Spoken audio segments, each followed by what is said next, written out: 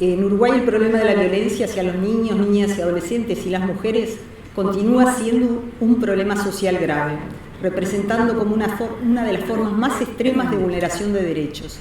Esta violencia se ha perpetuado y tolerado como resultado de inequidades históricas, culturales, estructurales, arraigadas en las relaciones sociales, en los diferentes ámbitos socioculturales, económicos y políticos. Y esto también nos lleva a pensar algo que decía Joselo, si aumentó o no la violencia o si hoy podemos ver más claramente dónde está la violencia y la podemos detectar. Y eso, en definitiva, a nosotros como trabajadores con estos sectores nos afecta directamente nuestro cotidiano.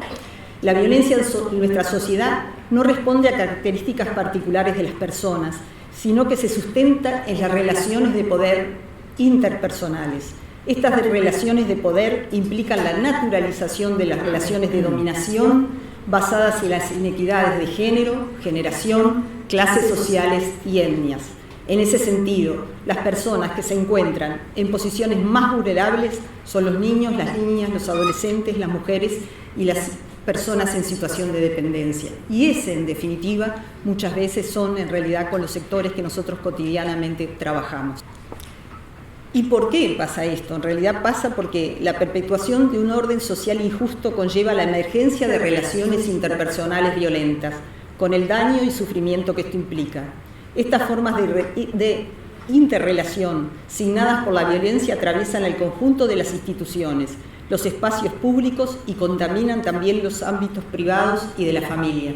Las instituciones no estamos ajenas a la violencia que en definitiva se perpetúa y se genera en una sociedad. Por el contrario, desgraciadamente a veces las propias instituciones son las que replican esa misma violencia hacia los sectores más vulnerables.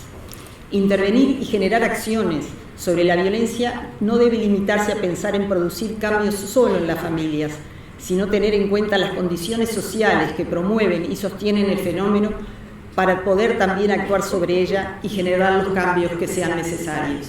¿Qué es lo que queremos decir con esto?